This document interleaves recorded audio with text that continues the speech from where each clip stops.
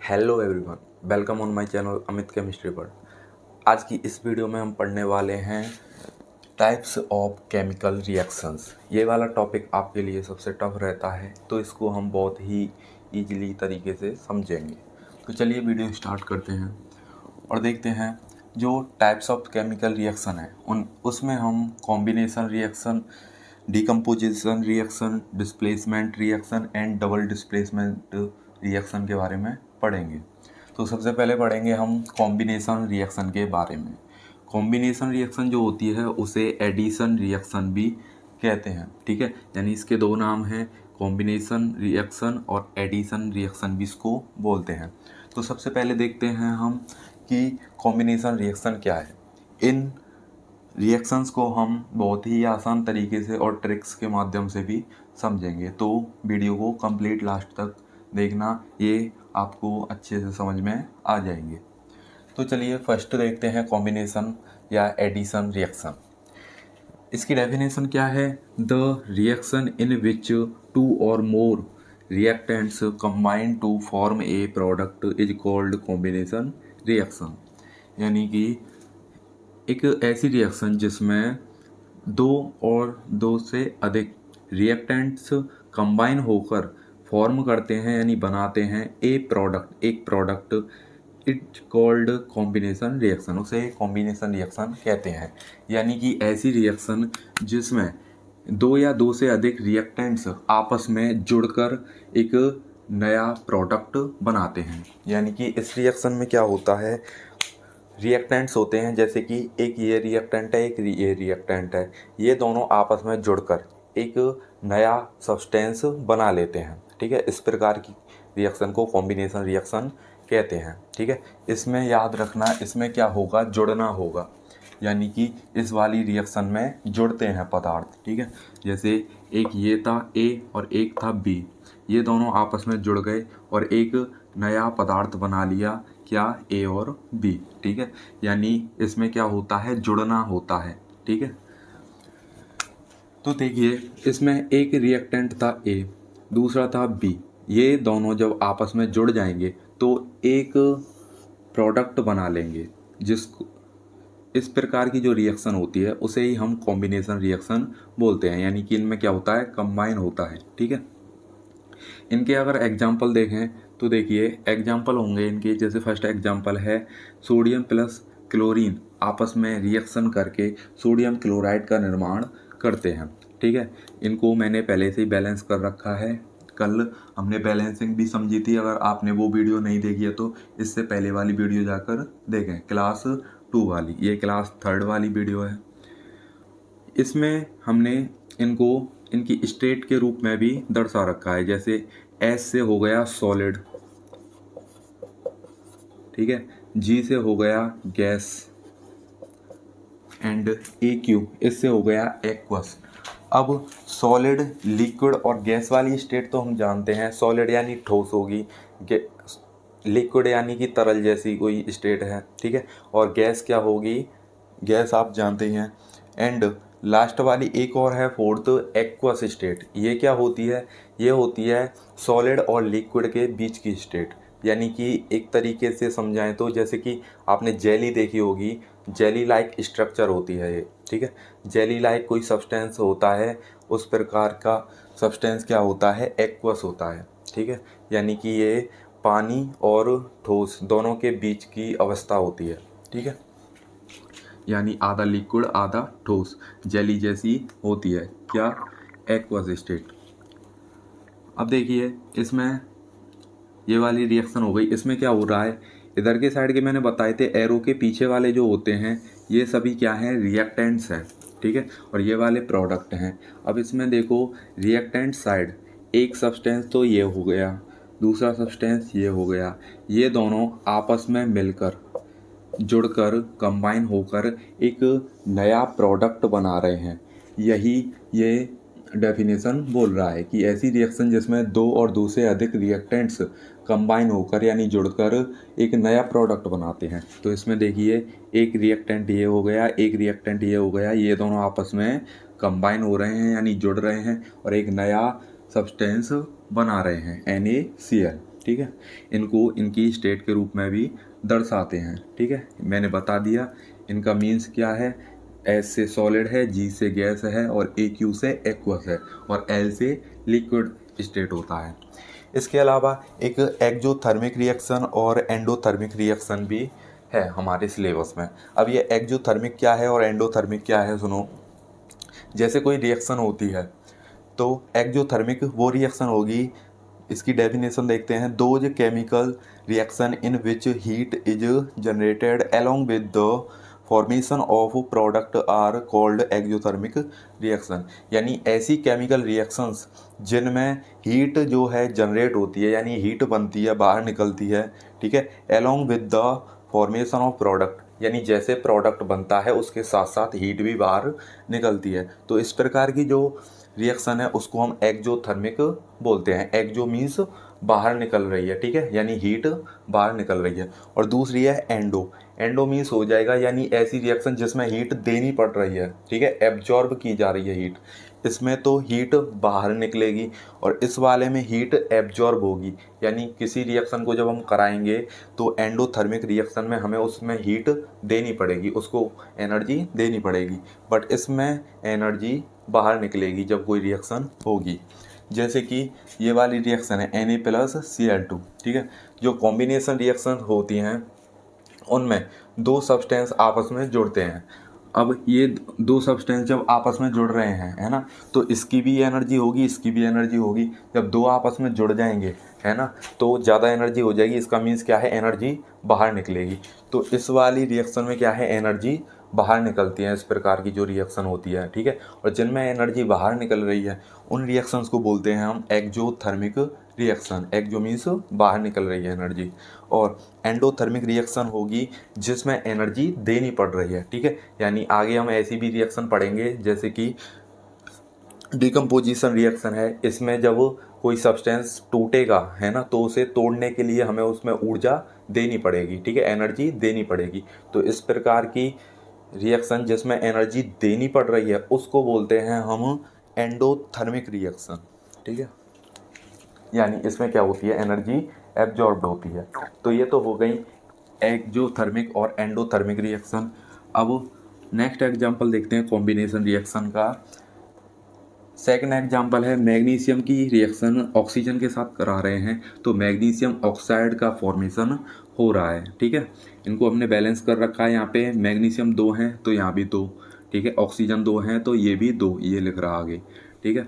इनकी स्टेट दे रखी है, एस से सॉलिड, जी से गैस और एस से सॉलिड, ठीक है। इसमें भी देखो कॉम्बिनेशन रिएक्शन कैसे है। जैसे एक रिएक्टेंट ये रहा, दूसरा रिएक्टेंट ये रहा, आपस में दोनों जुड़ रहे हैं, ठीक है, और एक नए प्रोडक्ट का फॉर्मेशन कर रहे हैं, ठीक है। यानी दो रिएक्टेंट आपस में जुड़ रहे हैं और एक नया पदार्थ बना रहे हैं। कॉम्बिनेशन रिएक्शन में क्या होता है, जैसे कि इसको हम एक ट्रिक से याद रख सकते हैं, ठीक है।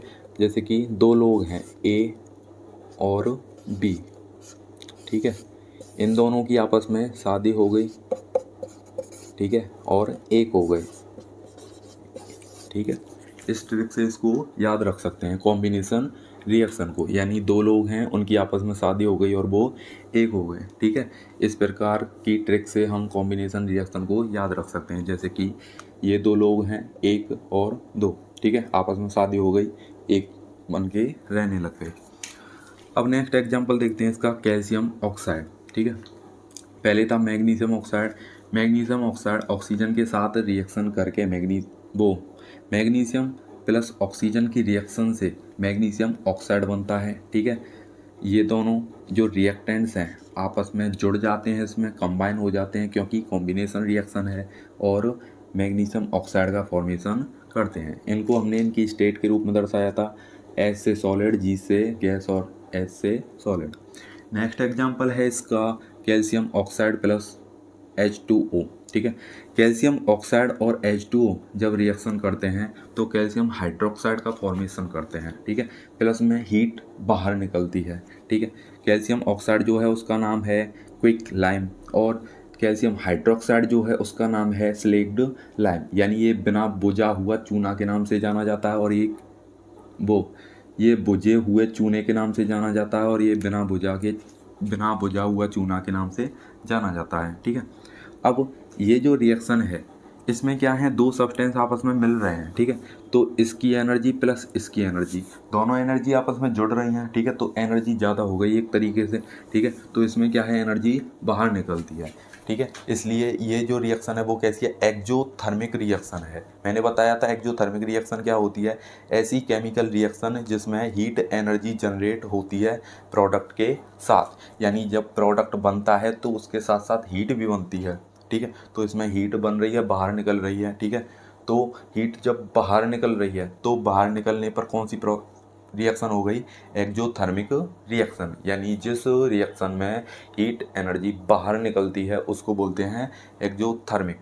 ठीक है, और जिसमें हीट एनर्जी एब्जॉर्ब होती है, अंदर आती है, उसको बोलते हैं एंडोथर्मिक। एंडो मीन्स अंदर आ रही है, एक्जो मीन्स बाहर जा रही है। ठीक है, नेक्स्ट एग्जांपल देखो, कार्बन प्लस ऑक्सीजन की रिएक्शन से कार्बन डाइऑक्साइड का फॉर्मेशन होता है।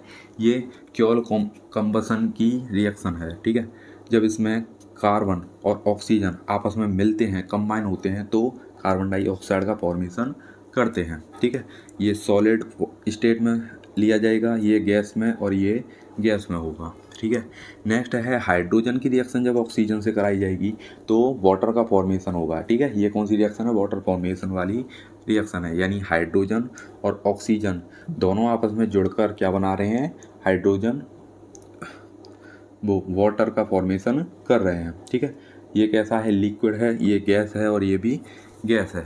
तो ये हो गई कॉम्बिनेशन रिएक्शन। ठीक है, एक और बार रिपीट कर देता हूँ, कॉम्बिनेशन रिएक्शन मीन्स हो गया कि दो सब्सटेंस आपस में जुड़ते हैं। ठीक है, इस प्रकार की रिएक्शन कहलाती है कॉम्बिनेशन रिएक्शन, यानी एक तरीके से एक ये लोग हैं, एक ये लोग हैं, दोनों की शादी हो गई, आपस में एक साथ रहने लग गए। ठीक है, इस प्रकार की रिएक्शन क्या है, कॉम्बिनेशन रिएक्शन है। ये ट्रिक है इसकी याद रखने की। नेक्स्ट है डीकम्पोजिशन रिएक्शन। अब बात करेंगे हम डीकम्पोजिशन रिएक्शन क्या है। तो देखिए, तो सबसे पहले हम देखेंगे डीकम्पोजिशन रिएक्शन की डेफिनेशन। इसके लिए मैं बता देता हूँ, कॉम्बिनेशन रिएक्शन क्या थी, ऐसी रिएक्शन जिसमें दो सब्सटेंस आपस में जुड़ रहे थे, लेकिन डीकम्पोजिशन में क्या होगा, कोई एक सब्सटेंस है वो टूटकर अलग हो जाएगा, दो सब्सटेंस में चेंज हो जाएगा, या दो से ज़्यादा सब्सटेंस में चेंज हो जाएगा। तो देखो, डीकम्पोजिशन रिएक्शन की डेफिनेशन है, एक chemical process in which a substance breaks down into two और मोर न्यू सब्सटेंसेज, यानी ऐसी केमिकल प्रोसेस जिसमें एक सब्सटेंस टूटकर दो और दो से ज़्यादा सब्सटेंस में बदल जाता है। It is called decomposition reaction. उसे डीकम्पोजिशन रिएक्शन कहा जाता है, यानी एक कोई सब्सटेंस है वो टूटकर दो सब्सटेंस या दो से ज़्यादा सब्सटेंस में बदल जाता है। ठीक है, इस प्रकार की जो रिएक्शन है उसे डीकम्पोजिशन रिएक्शन कहते हैं। इसमें देखिए क्या होता है, इक्वेशन देखें, जैसे कि ए और बी है। ठीक है, अभी मैंने इसकी वीडियो बनाई थी बट वो रुक गई, पता नहीं कैसे, तो दोबारा बता रहा हूँ। इक्वेशन है जैसे कि इसमें ए और बी है, कोई एक सब्सटेंस, ये आपस में जुड़ा हुआ है, या कोई एक सब्सटेंस है, ये टूटकर दो सब्सटेंस में चेंज हो जाएगा, ए और बी में। ठीक है, यानी इसमें क्या होता है, कोई सब्सटेंस टूटकर दो सब्सटेंस में बदल जाता है, या कोई एक सब्सटेंस दो सब्सटेंस या दो से ज़्यादा सब्सटेंस में टूट जाता है। ठीक है, इसको ट्रिक से याद रखें। तो जैसे कि इसमें शादी हुई थी, दोनों एक हो गए थे, लेकिन किसी कारण से इनका ब्रेकअप हो गया। ठीक है, तो ए अलग हो गया, बी अलग हो गया, दोनों अलग अलग रहने लग गए। तो ए यहाँ से चला गया, बी भी दूर चला गया, ये दोनों अलग अलग रहने लग गए, ए अलग बी अलग। इस ट्रिक से इसको याद रख सकते हैं डीकम्पोजिशन रिएक्शन को, यानी एक पूरा का पूरा सब्सटेंस था वो दो या दो से ज़्यादा सब्सटेंस में टूट गया। एग्जाम्पल से देखें इसको, तो देखिए ये है कैल्शियम कार्बोनेट, एक सब्सटेंस है जिसको हम हीट देते हैं तो ये कैल्शियम ऑक्साइड और कार्बन डाइऑक्साइड में टूट जाता है। कैल्शियम ऑक्साइड का नेम है क्विकलाइम, और कार्बन डाइऑक्साइड का नेम है CO2 का नेम है कार्बन डाइऑक्साइड। ये जो है सॉलिड स्टेट में है और ये भी सॉलिड स्टेट में है, ये गैस स्टेट में है, ठीक है, गैसियस स्टेट में। अब देखिए ये टूटा कैसे, कैल्शियम ऑक्साइड, कैल्शियम कार्बोनेट जो है इसमें से कैल्शियम अलग हो जाएगा और इसके साथ एक ऑक्सीजन आ जाएगा। अब इसके साथ जब एक ऑक्सीजन आ गया तो ऑक्सीजन 3 थे, अब 2 ही रह गए, तो यहाँ रह जाएगा CO2, ठीक है। तो ये रहा कैल्शियम ऑक्साइड और CO2। सेकंड इसका एग्जांपल है इलेक्ट्रोलाइसिस ऑफ वाटर वाली रिएक्शन का। तो इसमें क्या होगा, हम वाटर का यदि इलेक्ट्रोलाइसिस कराएं तो देखो H2O है, इसमें वाटर में 2 चीज़ें प्रेजेंट है, एक तो हाइड्रोजन और दूसरा ऑक्सीजन। जब इसमें इलेक्ट्रोलाइसिस कराई जाती है तो ये आप दोनों टूट जाएंगे, अलग अलग हो जाएंगे। तो हाइड्रोजन अलग हो गया, ऑक्सीजन अलग हो गया, ठीक है। अब इसमें एक सब्सटेंस था, टूटकर 2 में बट गया, ठीक है। यानी कौन सी रिएक्शन है, कि डीकम्पोजिशन रिएक्शन है। तो ये हो गई हमारी रिएक्शंस। इनको भी एक बार रिपीट कर देता हूँ। एक्जोथर्मिक रिएक्शन होती है वो रिएक्शन जिसमें हीट एनर्जी क्या होती है, जनरेट होती है, यानी प्रोडक्ट बनता है तो उसके साथ साथ हीट भी बाहर निकलती है। लेकिन एंडोथर्मिक रिएक्शन वो होती है जिसमें कोई जो हीट एनर्जी है वो देनी पड़ती है, यानी जैसे डीकम्पोजिशन रिएक्शन है, उसमें एक सब्सटेंस था, अब उसको हमें तोड़ना है तो उसके लिए एनर्जी देनी पड़ेगी तभी तो वो टूटेगा। अब इसमें जब एनर्जी हम दे रहे हैं, ठीक है, तो ये कौन सी होगी, एंडोथर्मिक रिएक्शन होगी। यानी डीकम्पोजिशन रिएक्शन जब हम करा रहे हैं इसमें हीट हमें देनी पड़ रही है सब्सटेंस को तोड़ने के लिए, तो ये हो जाएगी एंडोथर्मिक रिएक्शन। यानी ऐसी रिएक्शन जिसमें हीट देनी पड़ती है वो तो होगी एंडोथर्मिक, और जिसमें हीट बाहर निकलती है वो होगी एक्जोथर्मिक। अब देखते हैं next, displacement and double displacement reaction. तो चलिए नेक्स्ट देखते हैं डिस्प्लेसमेंट रिएक्शन। अब देखिए डिस्प्लेसमेंट रिएक्शन क्या है, a reaction in which one element displaces another element form its compounds, it is called a displacement reaction. यानी एक रिएक्शन जिसमें एक एलिमेंट डिस्प्लेस कर देता है, हो जाता है दूसरे एलिमेंट से, ठीक है। इस प्रकार की जो रिएक्शन है वो कहलाती है डिस्प्लेसमेंट रिएक्शन, यानी एक एलिमेंट दूसरे एलिमेंट से अपनी जगह चेंज कर लेता है, ठीक है।